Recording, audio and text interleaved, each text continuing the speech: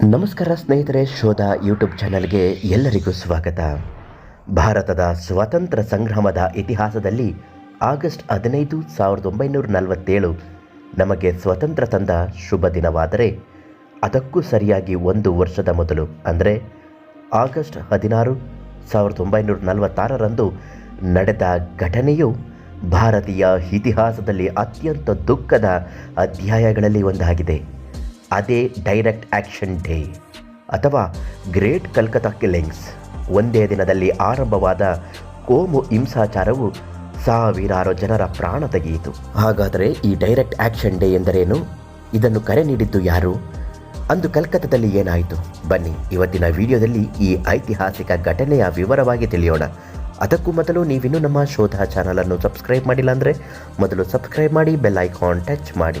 1946ರಲ್ಲಿ British ಸರ್ಕಾರವು ಭಾರತಕ್ಕೆ ಸ್ವಾತಂತ್ರ್ಯ ನೀಡುವ ಪ್ರಕ್ರಿಯೆಯನ್ನು ಸಿದ್ಧಪಡಿಸಲು ಕ್ಯಾಬಿನೆಟ್ ಮಿಷನ್ ಅನ್ನು ಭಾರತಕ್ಕೆ ಕಳುಹಿಸಿತು. ಈ ಯೋಜನೆಯ ಮುಖ್ಯ ಉದ್ದೇಶ ಭಾರತವನ್ನು ಒಂದಾಗಿ ಇರಿಸಿ ಒಂದು ಮಧ್ಯಂತರ ಸರ್ಕಾರವನ್ನು ರಚಿಸುವುದಾಗಿತ್ತು. ಆರಂಭದಲ್ಲೇ ಕಾಂಗ್ರೆಸ್ ಮತ್ತು ಮುಸ್ಲಿಂ ಲೀಗ್ ಎರಡೂ ಈ ಯೋಜನೆಗೆ ಸಮ್ಮತಿಸಿದ್ದಾದರೂ ನಂತರದ ರಾಜಕೀಯ ಭಿನ್ನಾಭಿಪ್ರಾಯಗಳಿಂದ ಮುಸ್ಲಿಂ ಲೀಗ್ ಈ ಯೋಜನೆಗೆ ತಿರಸ್ಕರಿಸಿತು.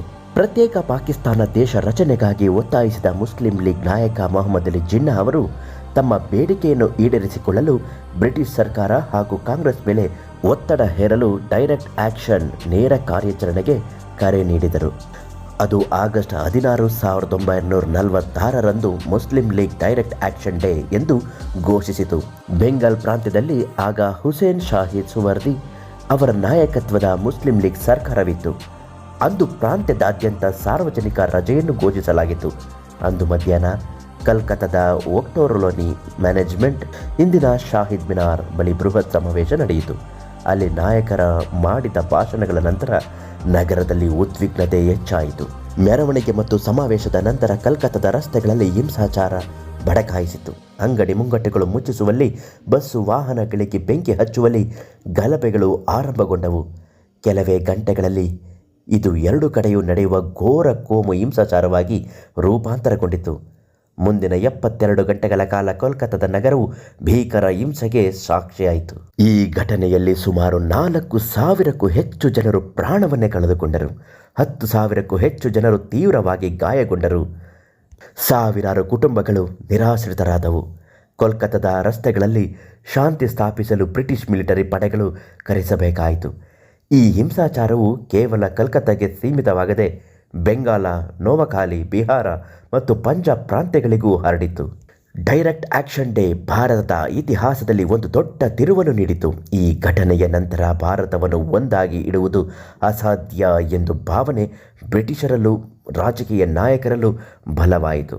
ಅಂದು ಅಂತಿಮವಾಗಿ 1947ರ ಭಾರತ ಮತ್ತು ಪಾಕಿಸ್ತಾನದ ವಿಭಜನೆಗೆ ಪೋಷನ್ ಆಫ್ ಇಂಡಿಯಾ ಮುಖ್ಯ ಕಾರಣಗಳಲ್ಲಿ ಒಂದಾಯಿತು. ಇತಿಹಾಸದ ಈ ಕಪ್ಪು ಪುಟಗಳು ನಮಗೆ ನೆನಪಿಸುವುದು ಒಂದೇ: ಶಾಂತಿ ಮತ್ತು ಭಾವೈಕ್ಯತೆಯ ಪ್ರಾಮುಖ್ಯತೆ. ಈ ಮಾಹಿತಿ ನಿಮಗೆ ಉಪಯುಕ್ತವೆನಿಸಿದರೆ ಈ ವಿಡಿಯೋಗೆ ಒಂದು ಲೈಕ್ ಮಾಡಿ. ಇಂತಹ ಇನ್ನಷ್ಟು ಐತಿಹಾಸಿಕ ಮತ್ತು ಸಂಶೋಧನಾತ್ಮಕ ವಿಷಯಗಳಿಗೆ ನಮ್ಮ ಶೋಧ ಚಾನಲನ್ನು ಸಬ್ಸ್ಕ್ರೈಬ್ ಮಾಡಲು ಮರೆಯಬೇಡಿ. ಶೋಧ ಸದಾ ನಿಮ್ಮೊಂದಿಗೆ. ಧನ್ಯವಾದಗಳು.